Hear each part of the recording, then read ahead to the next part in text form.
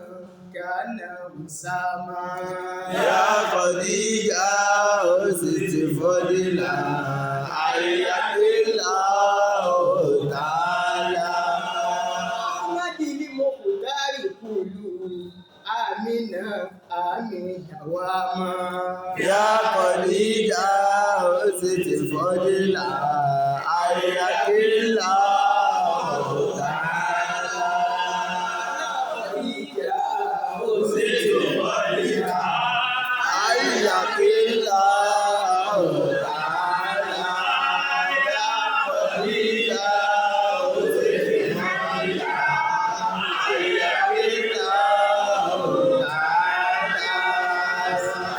are standing, let's recite Surah Al-Nasr.